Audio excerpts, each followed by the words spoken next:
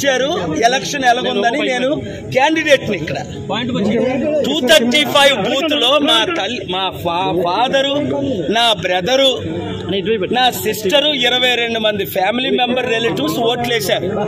4 ఓట్లు వచ్చాయి అక్కడ మురళీనగర్ లో. అర్థమైందా రాజ్యం ఎలాగుందో? ఇప్పుడైనా అర్థం చేసుకోండి. చంద్రబాబు నాయుడు గారు లాంటి పెద్ద లీడరే 52 రోజులు జైల్లోకి వెళ్ళబోసారి బయటకు వచ్చి పవన్ కళ్యాణ్ మాటలు ఒప్పుకొని సరెండర్ అవ్వాల్సిన పరిస్థితి. చంద్రబాబు నాయుడు గారు ముఖ్యమంత్రిని చేసింది నేను మీకు తెలుసు 95 లో. అప్పుడు ఎమ్మెల్యే మోదీ గారు, నితీష్ కుమార్ ఏంటి, నవీన్ పట్నాయక్ ఏంటి, ఒక కేజ్రీవాల్ సరెండర్ అవ్వకపోతే లోపల జైలుకి వెళ్ళాడు. ఇప్పుడు సీఎం రమేష్ కనకాపల్లో 50,000 మెజారిటీ అట, బీజేపీ 8లో 6 సీట్లు అట, జనసేన 21లో 19 సీట్లు అట.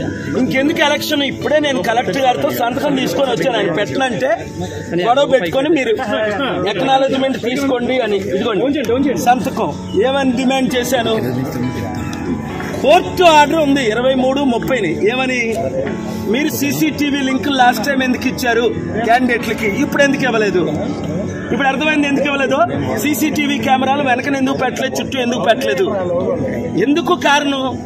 నాకు పడిన లక్షల ఓట్లు పోని యూత్ నిరుద్యోగులు 2 లక్షలు, క్రిస్టియన్స్ 2 లక్షలు, 3.5 లక్షల్లో బడుగు బలహీన వర్గాలు 2 లక్షలు ఏమయ్యాయి అంటే, పోనీ నా ఫాదరు, నా సిస్టరు, నా బ్రదర్ ఇన్ లా, నా ఫ్యామిలీ మెంబర్స్ 235 బూత్లో వేసిన ఓట్లు.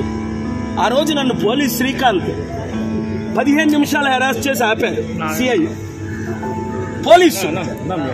ఇంత దరిద్రం ఎలక్షన్స్ ఇంకనవసరం. చైనా లాగే రష్యా లాగే మోదీ గారు టోటల్ గా ఆయనే లైఫ్ లాంగ్ డిక్లేర్ చేసుకోవడం బెటర్. ప్రైమ్ మినిస్టర్ గా, ప్రెసిడెంట్ గా ఇంక ఎలక్షన్స్ అని పాటించని అవసరం లేదు. ఆర్ఓ గారు సంతకం పెట్టారు, గాజువాక ఆర్ఓ గారు సంతకం పెట్టారు. నేనేం కోరాను? బూత్ లో ఒక్కొక్క దగ్గర ఓటే పడలేదు నాకు. అది కూడా గాజువాక స్టీల్ ప్లాంట్ అమ్మకాన్ని ఆపారు. 2,34,000 మేము లీడ్ లో ఉన్నామని ఈవెన్ ఆఫీసర్స్ కూడా చెప్పారు. అక్కడ 1, 2, 3, 8 ప్లేసుల్లో 0. ఆ కాంగ్రెస్ క్యాండిడేట్ ఆశ్చర్యపోతున్నాడు, సార్ మీకేంటి ఎలగోట్లు వస్తున్నాయని.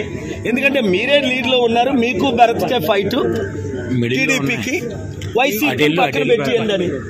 అలాంటిది ఇంక ఎలక్షన్స్ ఎందుకు? అందుకనే బాయ్కట్ చేసాం, బయటకు వచ్చాం, కౌంటింగ్ ఆపమన్నాను, పోలింగ్ రీపోలింగ్ పెట్టమన్నాను. Honourable high court already case pending ఉంది, June 6 హియరింగ్.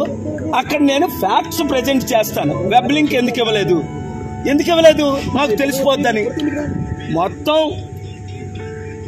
ఈవీఎంస్ రిప్లేస్ అయ్యాయి, చైనా రష్యన్ చిప్ ఉందని. ఇక్కడ పెద్ద క్యాండిడేట్ ఎవరైతే లీడ్ లో ఉన్నారో ఆయన నెంబర్ 2 చెప్పారు, పేరు చెప్పను గాని. ఇప్పుడు ఇంకెందుకు ఎలక్షన్స్? అయితే మోదీకి సరెండర్ అయితే, నేను మొన్నే చెప్పాను కదా 300తో మళ్ళీ మోదీ ప్రైమ్ మినిస్టర్ అవుతారు. ఎలాగవుతారో చెప్తానన్నాను. 200 అరౌండ్ ఇండియా వస్తుందని నేను చెప్పినట్టే జరుగుతున్నాయి. ఇక్కడ కూటమికి మాత్రం ఇంత ఘోరంగా ఓట్లు ఏం చేసుకుంటారు, ఈవీఎం రిప్లేస్ చేస్తారని ఊహించలేదు. మునుగోడులాగా మాకు ఇక్కడ ఓట్లు, నేను పుట్టినూరు పెరుగునూరు, 1000 కోట్లు దానం చేసిన నేను. ఇంత అవినీతి ఎలక్షన్ అని రుజువులతో నేను పెట్టాను కోర్టులో. కోర్టులో కొన్ని బూతుల్లో ఒక్కోటి రాలా, అది ప్రాబ్లం. 22 మంది మా ఫ్యామిలీ మెంబర్ ఓట్లు వేస్తే అవి కనబట్టలేదు. మురళీనగర్ అది చూసారా రౌండ్ లో. ఎవడైనా నమ్ముతాడు ఇది? మణిపూర్ ఘటన 3.5 లక్షల కోట్లు క్రిస్టియన్ ముస్లిం ఓటేశారు. టీడీపీ బీజేపీతో కలిసినందుకు ఎవరు వేయరు, అది మీకు తెలుసు. మరి ఎవరికి వేశారు? రీపోలింగ్ పెట్టాలి. పవన్ కళ్యాణ్ ఎందుకు సరెండర్ అయిపోయాడు? ఆయనకు కూడా ఓట్లు పడవనే. అంతవరకు ఎందుకు? చిరంజీవి 2009లో ఒంటరిగా నిలబడ్డాడు, 18% వచ్చింది. రెండోసారి నిలబడ్డాడు కాంగ్రెస్ తో, 0.5% వచ్చింది. నాకు ఇప్పుడు 1% ఇస్తున్నారు. చిరంజీవికి ఇవ్వలేదు. సరెండర్ అవ్వలేదు కనుక ఇప్పుడు చిరంజీవి సరెండర్ అయిపోయాడు, పవన్ కళ్యాణ్ సరెండర్ అయిపోయాడు, చంద్రబాబు నాయుడు గారు నేను చూడు, ఇది అవినీతి ఎలక్షన్, అక్రమ ఎలక్షన్, పోలింగ్ వెంటనే ఆపాలి, రీపోలింగ్ చేయాలి, రీకండక్ట్ చేయాలి విశాఖపట్నం. మేము కోర్టుకి వెళ్తాం, కోర్టులో న్యాయం జరుగుతుందని ఇప్పటి వరకు జరుగుతుంది, న్యాయం జరుగుతుందని ఆశిస్తున్నాను.